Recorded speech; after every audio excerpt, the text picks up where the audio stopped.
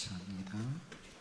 우리 오늘 옆 사람과 인사 나눌 때 요한복음 15장 4절 말씀 가지고 가지는 포도나무에 붙어 있어야 열매를 맺습니다. 이렇게 한번 인사 나누겠습니다.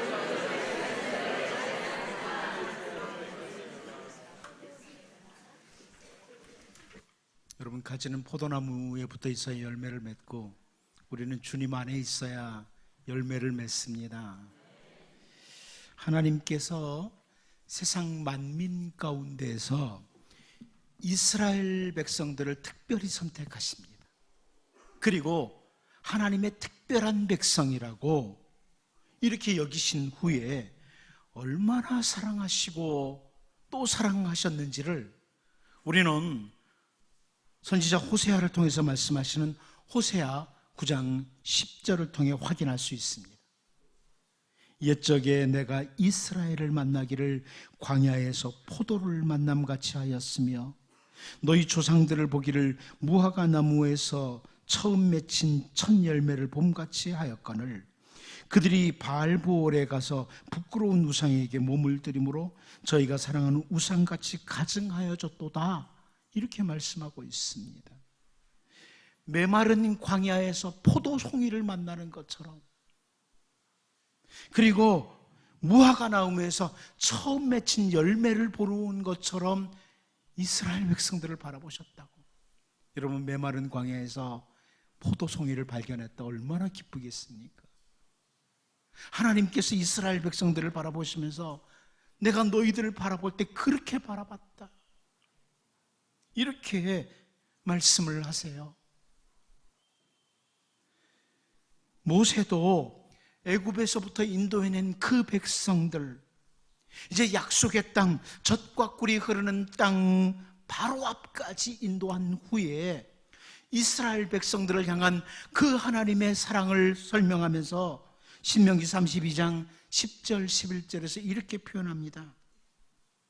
여호와께서 그를 황무지에서 짐승이 부르짖는 광야에서 만나시고 호위하시며 보호하시며 자기의 눈동자같이 지키셨도다. 마치 독수리가 자기의 보금자리를 어지럽게 하며 자기의 새끼 위에 너풀거리며 그의 날개를 펴서 새끼를 받으며 그의 날개 위에 그것을 엎는 것 같이, 이렇게 표현을 해주고 있습니다. 눈동자와 같이 하나님이 이스라엘 백성들 대하셨다. 독수리가 자기 새끼를 업고 보호하는 것처럼 그렇게 하나님께서 이스라엘 백성들을 사랑하시고 아끼시고 보호하셨다, 이렇게 설명을 해줍니다. 여러분, 성경을 통해서 하나님께서 택한 백성 이스라엘을 사랑하시는 그 내용들을 얼마나 사랑하셨는지 이걸 살피려고 하면 시간이 부족합니다. 그 놀라운 사랑을 받은 이스라엘 백성들은 언제나 하나님과 올바른 관계, 사랑받은 자는 하나님과 올바른 관계를 가져야만 됐습니다. 여러분, 부모는 자녀를 끝없이 사랑하죠. 사랑받은 자녀는 그 부모의 사랑을 안다면 내가 부모님에게 어떻게 대해야 되는지 관계를 분명하게 합니다. 부모님의 사랑을 아는 자녀는 부모님과의 관계를 분명하게 해요. 마찬가지예요. 하나님의 사랑을 아는 하나님의 백성은 하나님과의 관계를 올바로 가지려고 합니다. 그런데 이스라엘을 선택하시고 그 끝없는 사랑을 베푸셨던 하나님은 오늘 우리들을 향해, 바로 우리를 향해서 말로 형용할 수 없는 사랑을 베풀어 주셨습니다. 바울 사도는 에베소서 1장 14절을 통해서요, 그 기쁘신 뜻대로 우리를 예정하사 예수 그리스도로 말미암아 자기의 아들들이 되게 하셨으니, 이렇게 선포하고 있습니다. 택한 백성 정도가 아니라는 겁니다. 택한 백성 정도가 아니라 이제 하나님의 아들들, 하나님의 자녀로 우리를 선택하셨다. 끝없는 사랑을 베푸시되 그 하나님의 독특하신 아들 예수 그리스도를 십자가에 죽으시도록 하기까지 우리를 사랑하셨다는 것을 성경은 강조하고 있습니다.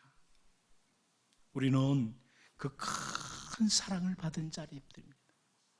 그러므로 하나님과의 관계에 늘 확인하고 살아가야 돼요. 하나님의 놀라운 사랑을 받은 내가 지금 하나님과 올바른 관계에 있는가, 이거 확인해야 돼요. 이제 오늘 본문 말씀을 통해서 이스라엘 백성들을 하나님의 백성으로 삼으시고 그 하나님과 그 관계를 어떻게 해왔는지 이 부분을 좀 같이 살펴보면서 우리를 돌아보는, 하나님의 사랑을 받은 우리는 어떻게 하나님과 관계가 맺어졌는지 이 부분을 좀 살펴보면서 하나님 앞에 더 신실한 자녀들로 설 수 있기를 바랍니다. 첫 번째로 우리는 오늘 본문에서 너희를 위해라는 것을 봅니다. 너희를 위해. 본문 37절을 같이 한번 읽어보도록 하겠습니다. 같이 한번 읽어봅니다. 시작. 또 여호와가 너희를 위하여 기록한 율례와 법도와 율법과 계명을 지켜 명령히 행하고 다른 신들을 경외하지 말며. 여러분, 세번역 성경은 어떻게 번역을 했냐면 이 구절을 주님께서 몸소 기록하셔서 너희에게 주신 율례와 법도와 율법과 계명을 항상 지키고 다른 신을 경외하지 않아야 한다, 이렇게 번역을 해주었습니다. 하나님께서 몸소 기록하셨다. 하나님이 친히 기록하셔서 너희에게 주셨다, 이렇게 말씀합니다. 토라를 비롯해서 모든 이 하나님의 말씀인 성경을 한마디로 너희를 위해서, 나를 위해서 기록하셨다는 거예요. 하나님이 친히 기록해서 주셨는데 하나님을 위해서가 아니라는 거예요. 바로 우리를 위해서, 나를 위해서 기록한 말씀이라는 거예요. 성경은 나를 위해서 기록하신 말씀입니다. 이걸 확인하고 사는 것이 하나님과 하나님의 백성의 관계에 올바른 관계를 세우도록 하는 거죠. 하나님의 말씀인 성경은 나를 위해서 기록해서 주셨다, 이런 말씀입니다. 여러분, 대만 사람 엘리바스의 말을 듣고 욥이 대답하는 말 중에 욥기 7장 20절을 보면요, 사람을 감찰하시는 이여 내가 범죄하였던들 주께 무슨 해가 되오리이까? 어찌하여 나를 당신의 관역으로 삼으셔서 내게 무거운 짐이 되게 하셨나이까? 이렇게 표현을 하는 걸 봅니다. 세번역 성경이 이렇게 번역했어요. 사람을 살피시는 주님, 내가 죄를 지었다고 하여 주님께서 무슨 해라도 입으십니까? 어찌하여 나를 주님의 관역으로 삼으십니까? 어찌하여 나를 주님의 짐으로 생각하십니까? 이렇게 번역을 했습니다. 무슨 말씀이에요? 우리 인간들이 아무리 악한 죄를 짓는다고 해도 사실 하나님은 아무런 손해날 게 없어요. 내가 죄를 짓는다고 해도 하나님 손해날 거 하나도 없어요. 내가 악한 길로 걸어가도 하나님 손해날 거 하나도 없어요. 역으로 생각해 볼까요? 우리가 아무리 말씀을 따라 올곧게 선하게 똑바로 산다고 해도 하나님이 이익되는 것 없어요. 한마디로 우리들에게, 우리를 위해서 토라를 비롯한 말씀을 주신 것은 우리의 유익을 위해서라는 거예요. 여러분, 성경은 나의 유익을 위해서 기록해 주신 거예요. 너희를 위해 기록해 주셨다. 너희를 위하여 주신 말씀이라는 겁니다. 좀 더 다른 표현으로 말씀드리면 우리가 주님의 말씀을 따라 올곧게 똑바로 살아왔다고 할지라도 하나님 앞에 우리가 내세우고 자랑할 수 있는 것 없다는 거예요. 올바른 삶은 하나님을 위하여 살아간 것이 아니라 바로 나를 위해서 살아간 거예요. 여러분, 우리가 하나님의 말씀을 따라 똑바로 걸어서 잘 살아온 것은 하나님을 위해서 잘 사는 게 아니고 나를 위해서 잘 사는 거라는 거예요. 하나님께서 몸소 말씀을 기록해 주신 것은 너희를 위하여, 오늘 우리를 위하여 기록해 주신 말씀이다. 이것을 하나님의 백성은 놓치지 말아야 된다는 거예요. 여러분, 다윗이 시편 19편 7절 8절에서 이렇게 고백을 합니다. 여호와의 율법은 완전하여 영혼을 소성시키며 여호와의 증거는 확실하여 우둔한 자를 지혜롭게 하며 여호와의 교훈은 정직하여 마음을 기쁘게 하고 여호와의 계명은 순결하여 눈을 밝게 하시도다. 잘 보십시오. 다윗이 하나님의 말씀을 다양하게 표현하죠. 여호와의 율법이라고, 여호와의 증거라고, 여호와의 교훈이라고, 여호와의 계명이라고 이렇게 소개를 하면서 하나님의 말씀은 우리의 영혼을 소성하게 하고, 하나님의 말씀은 우리의 우둔함을 지혜롭게 하고, 하나님의 말씀은 우리의 마음을 기쁘게 하고, 하나님의 말씀은 우리의 눈을 밝게 해주신다는 거예요. 누구의 유익이에요? 하나님의 말씀은 우리의 유익이에요. 그런데 다윗은요, 한 걸음 더 나가죠. 시편 19편 11절을 통해서 이렇게 표현해요. 또 주의 종이 이것으로 경고를 받고 이것을 지킴으로 상이 크니이다. 무슨 말이에요, 여러분? 말씀을 주신 하나님께서는 우리가 말씀을 따라 살아갈 때 우리에게 유익도 되지만 하나님 말씀 따라 잘 살았다고 상까지 준비해 두신다는 거예요. 별로 기쁘지 않은 것 같아요. 굉장히 기쁜 말씀이에요. 말씀 따라 살아가면 우리의 유익이 돼요. 그런데 말씀대로 잘 살았다고 상까지 준비해 두셨다는 거예요. 다윗의 표현입니다. 하나님께서 무거운 말씀, 우리가 지키기 어려운 말씀을 가지고 우리를 짓누르고 통제하고 억누르기 위해서 말씀 주신 게 아니라는 거예요.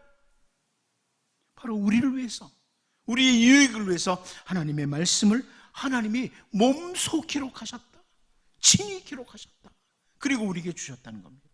모세도 계속 강조하는 표현 중에 하나가 신명기 6장 3절을 통해서 볼 수 있는데요. 이스라엘아, 듣고 삼가 그것을 행하라. 말씀을 듣고 행하라는 거예요. 그리하면 네가 복을 받고 네 조상들의 하나님 여호와께서 네게 허락하신 것 같이 젖과 꿀이 흐르는 땅에서 네가 크게 번성하리라. 모세도 그렇게 표현합니다. 하나님의 말씀을 통해 누가 유익이 있느냐? 네가 유익이 있다. 하나님과 하나님의 백성과의 관계에 있어서 먼저 하나님께서는 하나님의 백성인 나를 위해서, 우리를 위해서 말씀 주셨다.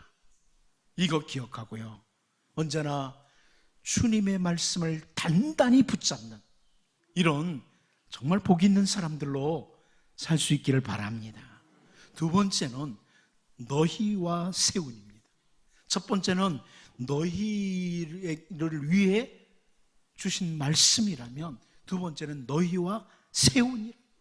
너희와 세운 언약을 말씀하고 있습니다. 우리 38절 같이 한번 봅니다. 시작. 또 내가 너희와 세운 언약을 잊지 말며 다른 신들을 경외하지 말고. 여러분, 이게 하나님과 하나님의 백성에 있어서 또 한 가지 중요한 거죠. 언약입니다.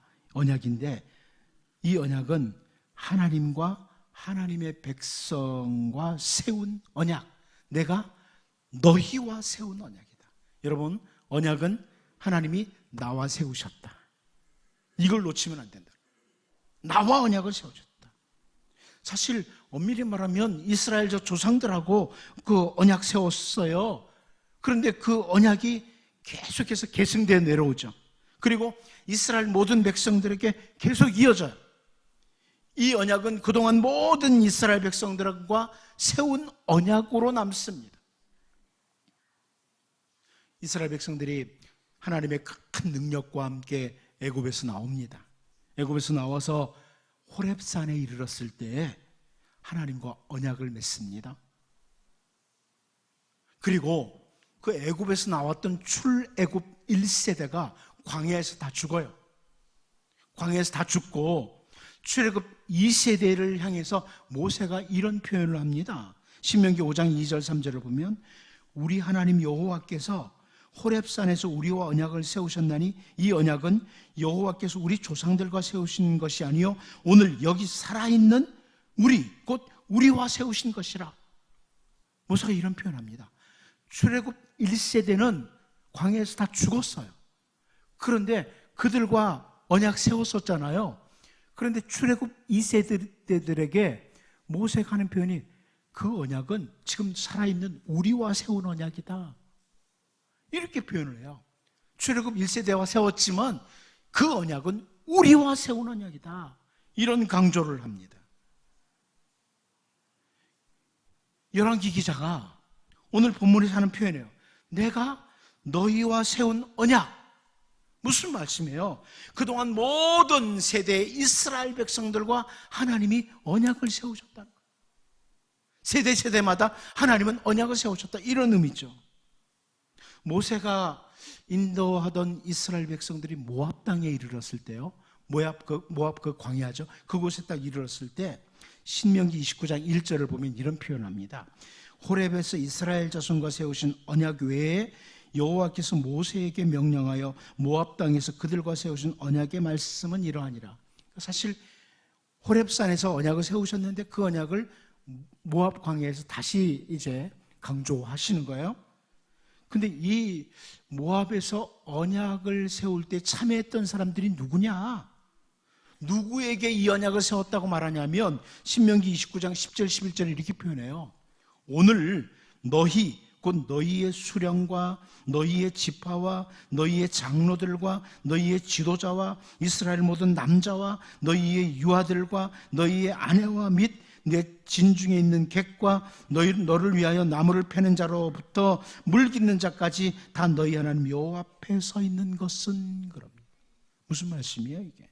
소위 말하면 이스라엘 백성들 전체 남녀노소 객과 종들까지 모두가 다 이 언약의 참여자들이라는 거예요.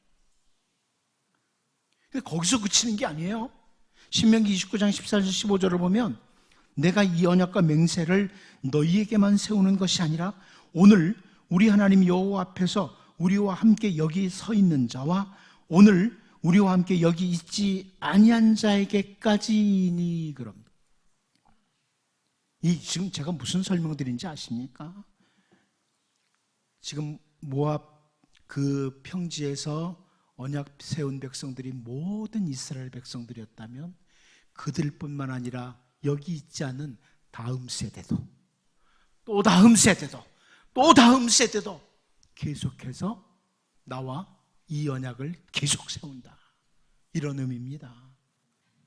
이게 바로 우리로 하여금 놓치지 말도록 하는 거예요.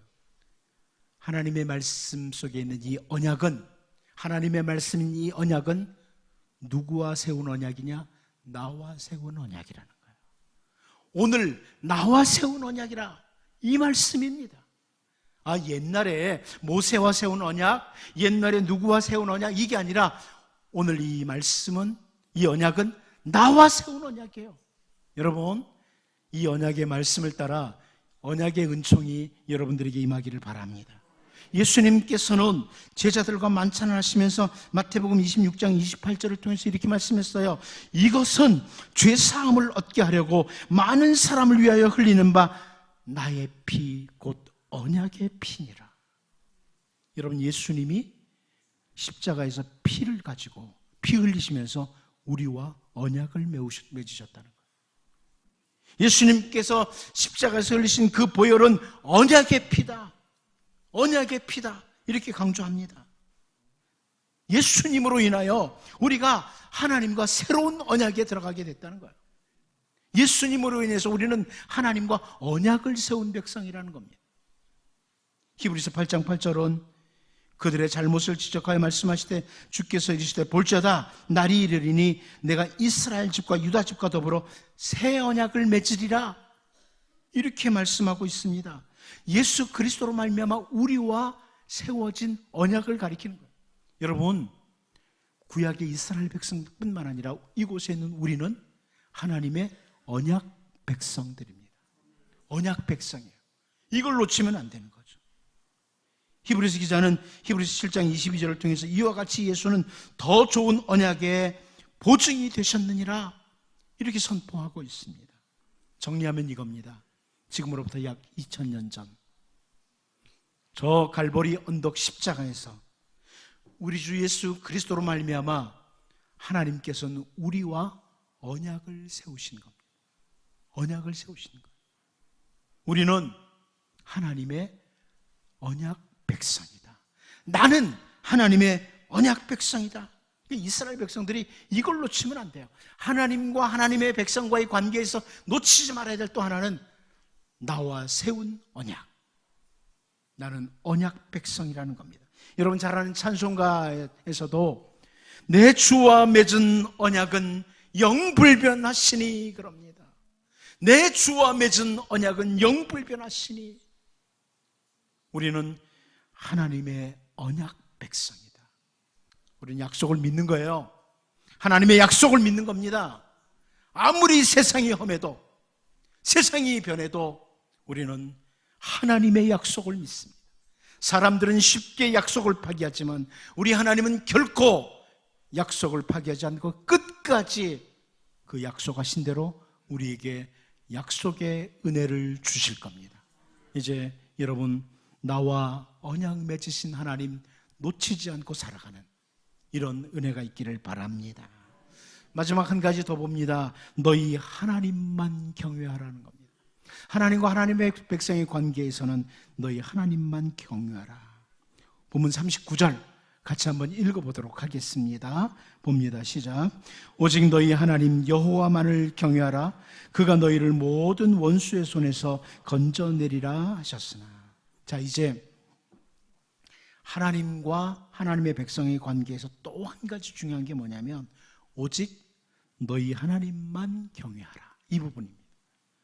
이 오직 너희 하나님만 경외하라는 이 말씀 속에서 우리는 두 가지를 확인해야 됩니다. 두 가지를 확인하고자. 하나는, 첫 번째는 너희 하나님이라는 겁니다. 너희 하나님.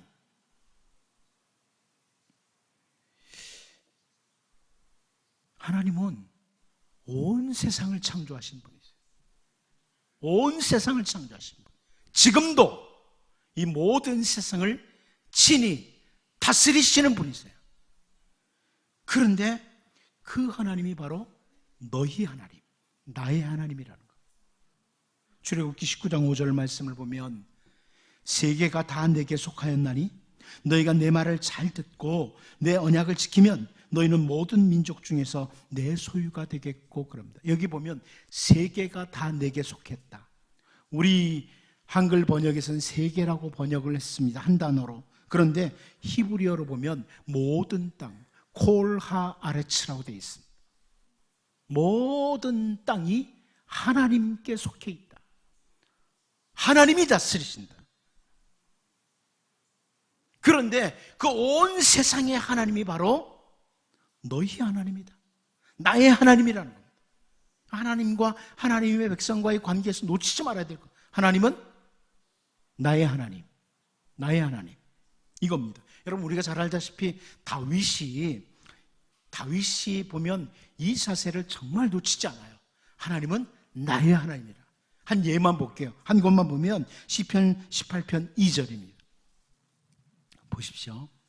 여호와는 나의 반석이시요 나의 요새시요 나를 건지시는 이시요 나의 하나님이시요 내가 그 안에 피할 나의 바위시요 나의 방패시요 나의 구원의 뿌리시요 나의 산성이시로다. 나의 하나님, 나의 하나님. 하나님은 나를 건지신다. 마치 온 세상에 나 혼자 있는 것처럼 하나님은 나의 하나님이시라고 다윗이 이렇게 고백을 해요. 그런데 하나님은요, 다윗의 이런 자세를 기뻐하세요. 하나님 나의 하나님이라고. 하나님 이것을 기뻐하세요. 다윗과 달리 사울이 했던 표현 한번 보세요. 사울이 범죄한 후에 그 선지자 사무엘에게 했던 말 중에 한 부분을 좀 볼까요? 사무엘상 15장 30절인데요. 사울이 이르되 내가 범죄하였을지라도 이제 청하옵나니 내 백성의 장로들 앞과 이스라엘 앞에서 나를 높이사 나와 함께 돌아가서 내가 뭐라 그럽니까? 당신의 하나님 여호와께 경배하게 하소서 하니라. 여러분, 사울이 그래요. 선지자 사무엘에게 당신의 하나님 여호와라. 나의 하나님이 아니에요. 여러분, 안 믿는 남편이 가끔 그러잖아요. 당신 하나님께 좀 기도해. 여러분, 나의 하나님 되셔야 됩니다. 나의 하나님 되실 때 하나님 기뻐하세요. 우리가 그렇게 여길 때 온 세상의 주인이신 하나님이 나의 하나님이시라고 이렇게 고백할 때 하나님은 기뻐하세요. 다윗을 기뻐하신 것처럼. 이제 여러분 모두가 다 나의 하나님, 우리의 가정의 하나님 되시기를 축복합니다. 또 한 가지는 경외, 두려움의 대상은 오직 하나님이라는 것을 확인시켜 줍니다. 우리의 경외의 대상, 경외한다, 두려워한다는 거죠. 거룩한 두려움이에요. 하나님 향해 거룩한 두려움을 가지라는 겁니다. 근데 경외의 대상은 하나님이다. 두려움의 대상은 오직 하나님이셔야 된다. 이런 겁니다. 세상에 사는 동안에 우리들에게 온갖 대적자들이 우리의 두려움의 대상으로 찾아옵니다. 어떤 사람은 건강이 두려움의 대상이 된 사람이 있습니다. 늘 건강 염려만 하는 거예요. 물론 또 건강을 챙겨야 되겠지만 여러분, 건강이 두려움의 대상이 돼서는 안 됩니다.